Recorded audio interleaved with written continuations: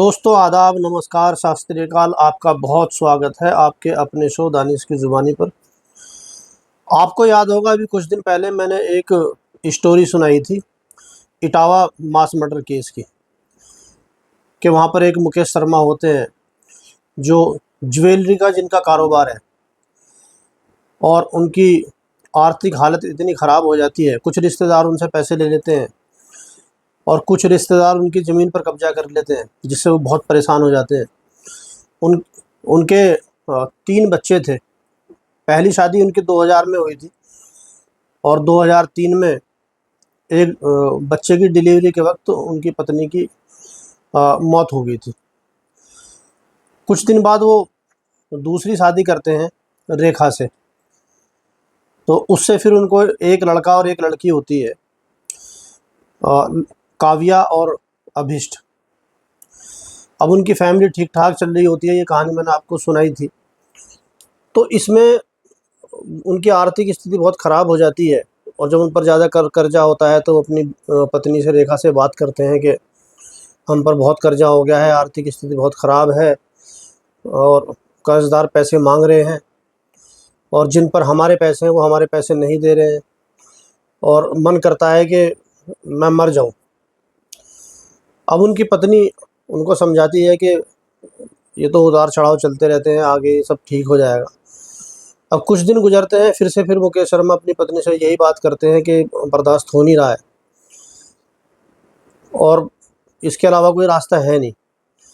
तब उनकी पत्नी कहती है कि अगर ऐसा ही है तो फिर सब मरते हैं, क्योंकि हम अकेले यहाँ कैसे क्या करेंगे। और उनमें बात डन होती है। उसके बाद वो फिर कुछ नींद की गोली लाते हैं, पिज़्ज़ा मंगाते हैं, अपने बच्चों को खिलाते हैं, अपनी पत्नी को गला घोंट के मारते हैं। जो उनकी बड़ी लड़की थी 22 साल की, काव्या नाम की, वो दिल्ली यूनिवर्सिटी में पढ़ रही थी। तो दिवाली के वक्त की ये बात है, तो वो दिवाली पे उसको लड़की को भी बुलाते हैं। और जो उनकी छोटी बेटी थी भाविया और लड़का अभिष्ट छोटा, तो वो 4 खून अपने हाथ से करते हैं, अपने बच्चों के और अपनी बीवी के। उसके बाद वो पास के रेलवे स्टेशन पर जाते हैं और पटरी के बीच में लेट जाते हैं। जो ट्रेन उनके ऊपर से गुजर जाती है, करीब 8 बोगी, जो ड्राइवर की नज़र पड़ती है, और लेकिन वो रोक नहीं पाता। आगे स्टेशन पर जाकर वो शोर मचाता है और बाकी सब वापस आते हैं तो देखते हैं मुकेश शर्मा बीच में पटरी पर ऐसे ही लेटे हैं और वो बिल्कुल ठीक है, उनको चोट नहीं लगी, क्योंकि वो पटरी की गहराई इतनी थी कि ट्रेन ऊपर से उतर गई। बिल्कुल बीच में पटरी में लंबे होकर लेटे थे वो। तो वहाँ पुलिस उनको उठाती है और उनसे पूछती है, तो वो बताते हैं कि मेरी आर्थिक स्थिति बहुत ख़राब थी और मैं घर पे 4 मर्डर करके आया हूँ और मैं खुद यहाँ मरना चाहता हूँ, आप मुझे मरने दीजिए। तो पुलिस उनको थाने ले जाती है, क्योंकि 4 मर्डर का केस था। उनको अरेस्ट करती है और घर पर जाती है तो देखती है घर पर भीड़ लगी हुई है। मरने से पहले उन्होंने अपनी बीवी के मोबाइल से उस पर स्टेटस डाला था कि ये सब अब इस दुनिया में नहीं रहे, और जो अपना सुसाइड नोट था, जो उनके जानने वाले कोई पुलिस ऑफिसर थे, उनको उन्होंने भेजा था और स्टेटस पर लगाया था अपनी पत्नी के मोबाइल पर। तो मोबाइल पर स्टेटस उनके रिश्तेदार देखते हैं, उनके भाई देखते हैं और सब घर पर आते हैं। तो पुलिस के पहुंचने से पहले वहाँ काफ़ी भीड़ होती है और पुलिस अंदर जाती है तो देखती है कि वहाँ पर उनकी पत्नी रेखा और बेटी काव्या, भाविया और अभिष्ट सब मर चुके हैं। लेकिन पुलिस फिर भी उनको हॉस्पिटल ले जाती है कि शायद किसी की जान बच जाए, लेकिन वहाँ जाकर पता लगता है कि सब बहुत पहले ही मर चुके थे। तो ये कहानी थी यहाँ तक की। अब इसके आगे जो कहानी सामने आई थी, क्योंकि ये जो मैंने आपको यहाँ तक की कहानी सुनाई थी, तो मैं खुद इसमें बहुत इमोशनल हुआ था कि कैसे आदमी एक आर्थिक स्थिति ख़राब होने के चक्कर जब होती है और वो इतना मजबूर, इतना परेशान हो जाता है, कोई उसका साथ नहीं देता, तो वो कितना बड़ा कदम उठा सकता है कि खुद की पत्नी को और खुद के 3 बच्चों को अपने हाथों से गला घोंटकर कैसे मार सकता है। उसके उस वक्त उसके दिल पर क्या गुजरी होगी और वो कितना परेशान होगा इस दुनिया के दर्द से।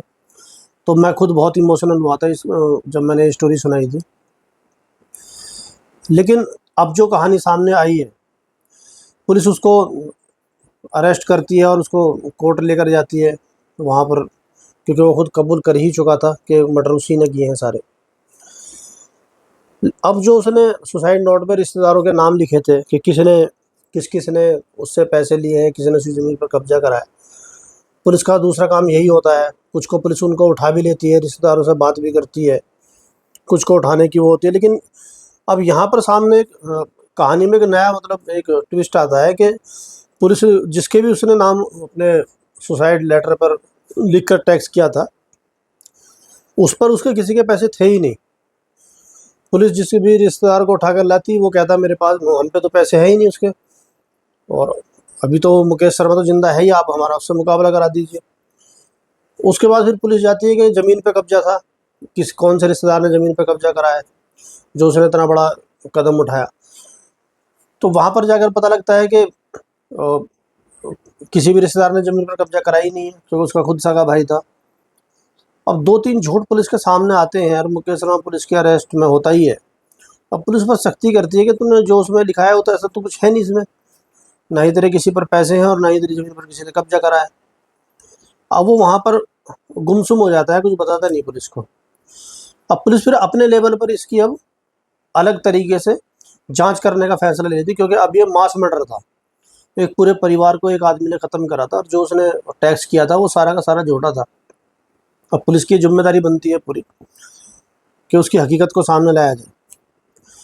अब पुलिस उन रिश्तेदारों से और उसके भाई से बात करती है कि ऐसा क्या हुआ, फिर अगर पैसे किसी पे है नहीं जो इसने कारण बताया, तो कारण क्या है। तो पता ये लगता है कि जो इसका ज्वेलरी का कारोबार था, दिल्ली से और कानपुर से लाकर यहाँ पर इटावा बेचता था, तो वहाँ पर इसका किसी लड़की के साथ अफेयर था।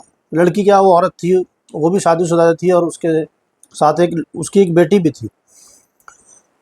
उनका अफेयर चला, और इसने मुकेश शर्मा ने उसको बाकायदा वहाँ पे दुकान कराई, और अब उन दोनों शादी करने के चक्कर में थे। ये बात यहाँ पर जो उसकी असली पत्नी थी इटावा में, रेखा, उसको पता चल गई, और ये जानकारी जब दोनों पार्टी को होगी तो उनमें फिर झगड़ा होना शुरू हो गया। वो कहती कि मैं तुमसे जब शादी करूँगी जब तुम रेखा को छोड़ोगे, और रेखा कहती कि हमारे बच्चे बड़े हैं, 22 साल की हमारी लड़की है जो दिल्ली यूनिवर्सिटी में पढ़ रही है, हमें बच्चों की शादी का देखना चाहिए। अब यहाँ पर कलेशबाजी उनकी होने लगी रोज़ घर पर। तो लेकिन मुकेश शर्मा के दिमाग में कुछ और ही चल रहा था। अब उसको लगा कि रेखा ऐसे मानेगी नहीं, क्यों ना रेखा को ही रास्ते से हटा दिया जाए। अब आप अंदाज़ा लगा सकते हो वो आदमी कितना सख्त होगा कि एक दूसरी औरत के लिए, जिसको कभी जानता भी नहीं था, और उसके भी एक बेटी है, वो बेटी भी किसी और की है, उसके लिए वो अपने 3 बच्चों को, जो उसके खुद के बच्चे हैं, खुद की बीवी है, उनको ख़त्म करने की प्लानिंग करता है। तो वो कुछ दिन पहले से ही रेखा से झूठ बोलना शुरू करता है कि इतना घाटा हो गया जब भी घर पे आता, कि अब इतना नुकसान हो गया, या ये चोरी हो गई, मतलब कुछ ना कुछ इस तरीके से उसने अपने आप को उस आर्थिक हालत बिल्कुल ख़राब दिखानी शुरू कर दी रेखा को, जबकि ऐसा कुछ था नहीं। और अब क्योंकि रेखा भी जानती थी कि अफेयर है इसका वहाँ पर, तो जो कहानी मुकेश शर्मा ने सुनाई थी, अब उसको वेरीफाई करने के लिए रेखा तो दुनिया में है नहीं कि वो किस तरीके से उसने उनको मारा। क्योंकि जो पुलिस की अब थ्योरी सामने आ रही है वो यही आ रही है कि उसने पिज़्ज़ा मंगाया, और उसने सबको खिला दिया, और वो बेहोश हो गए, और बेहोशी में उसने सबका मर्डर कर दिया, और पुलिस को उसने कुछ अलग कहानी सुनाई। अब पुलिस इसकी इंक्वायरी करती है, उसकी सबसे पहले बैंक ट्रांजैक्शन चेक करती है। तो बैंक की ट्रांजैक्शन में पता लगता है कि कानपुर में उसने काफ़ी इन्वेस्ट किया है। वहाँ पर जो उसने दुकान कराई थी, उसको स्वाति को जो पैसे वगैरह दिए थे, सारे उसमें आते हैं। फिर उसकी फ़ोन की डिटेल निकाली जाती है, तो फ़ोन में भी सारी चीज़ें आती हैं। अब पुलिस के सामने एक तथ्य सामने आ चुका था। अब स्वाति को पुलिस उठाती है, स्वाति से पूछताछ करती है, तो अब पता ये चलता है कि जब 11 नवंबर को जब ये मर्डर करे थे मुकेश शर्मा ने अपने परिवार के, तो स्वाति उस रात वहाँ पर आई थी ट्रेन से। तो 10 तारीख को स्वाति वहाँ 10 नवंबर को स्वाति आती है, और दोनों में कुछ बात होती है, और उसके बाद वो फिर वापस उसको रोडवेज बस में बिठाया था वापस कानपुर के लिए, और घर पर आता है, और घर आने के बाद अपना पिज़्ज़ा लाता है और उसमें मिलाता है और अपने बच्चों को खिलाता है। अब सुबह को वो ट्रेन के पटरी के नीचे लेटता है, वहाँ पुलिस उसको उठाती है। अब ये बात स्वाति को कानपुर पता चलती है कि काम हो गया है, उसने चारों को ख़त्म कर दिया है। अब स्वाति फिर से दोबारा रिटर्न इटावा पहुँचती है खुशी खुशी। और अब क्योंकि उसको कोर्ट में पेश किया जा रहा था, तो वो स्वाति भी कोर्ट पहुँचती है। अब वो उसके वकील करने के लिए पहुँचती है कि जल्दी से वकील से इसको छुड़ाएं और अपना फिर आगे शादी करें। पूरा बिजनेस, पूरा घर, वो सब चीज़ आ ही चुका है। अब दोनों की नज़रें कोर्ट रूम में मिलती हैं। अब ये उसको देखकर जो मुकेश शर्मा है वो घबरा जाता है, सोचता है कि अगर हमारे इस रिलेशन का पुलिस को पता लग गया तो केस बहुत जल्दी खुल जाएगा। तो उसको ये डर लगता है कहीं ये आगे मुझसे बात ना करने लगे। लेकिन स्वाति भी समझ जाती है और वो भी साइड हो जाती है। उसके बाद स्वाति वापस, अब जब ये सारी चीज़ें पुलिस के सामने आती हैं तो स्वाति को बुलाया जाता है, उसको अरेस्ट कराया जाता है, उससे पूछताछ करी जाती है कि क्या हुआ, कैसे हुआ था। अब इसमें इन्वॉल्वमेंट इसका है या नहीं, क्योंकि स्वाति जानती थी जब 10 तारीख को वो आई थी, दोनों की बात हुई थी, और 11 तारीख को ये सारी चीज़ मर्डर हुए हैं। तो इसके अंदर स्वाति का इन्वॉल्वमेंट है या नहीं, ये सारी चीज़। और अब केस दूसरी दिशा में है, क्योंकि पहले तो उसके साथ एक इमोशनल जुड़ा हुआ था कि इसकी आर्थिक स्थिति ख़राब थी, इसलिए इसने ऐसा करा। लेकिन अभी एक प्लानिंग मर्डर है, मास मर्डर है। अब इसकी जो सज़ा बहुत सख्त होगी, क्योंकि उसने एक जो बच्चा था छोटा, उसकी तो उम्र ही 10 साल उम्र थी उस बच्चे की, जो बीच में उठकर पूछता भी है पापा से, पापा आप क्या कर रहे हो। तो ये कहानी थी आज की। क्योंकि देखो आप कैसे आदमी दूसरी औरत के चक्कर में, जो उसकी बेटी भी नहीं थी उसके साथ, और अपने बच्चों को उसने एक अफेयर के लिए, तीसरी औरत के लिए, एक पहली उसकी 2000 में शादी हुई थी, फिर दोबारा इसकी रेखा से शादी हुई, अब तीसरी के चक्कर में उसने 3 बच्चे, अपने 3 बच्चों और एक वाइफ को, मतलब 4 मर्डर उसने कर दिया। और उसके बाद ऐसी प्लानिंग करी, ऐसा प्लॉट बनाया, पटरी पर भी जाकर लेटता है तो सीधा लेटता है, क्योंकि उसने वो पटरी पूरी चेक करी होगी, जहाँ उसमें गड्ढा होता है वहाँ पर जिसको मरना होता है वो सीधा खड़ा होता है ट्रेन के सामने। और उसने पहले से ये सोच रखा था कि यहाँ पे इतना गड्ढा है कि ट्रेन ऊपर से उतर जाएगी।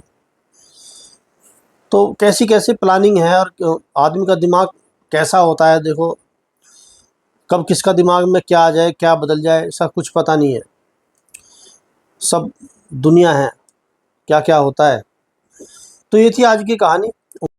आप लोगों से गुजारिश है, चैनल को ज़रूर सब्सक्राइब करें। आप अपना प्यार इसी तरह देते रहें, अपना सुझाव और सवाल भी दें। अब कल किसी नई कहानी और नई वीडियो के साथ आपसे मुलाकात होगी। तब तक के लिए बहुत बहुत धन्यवाद।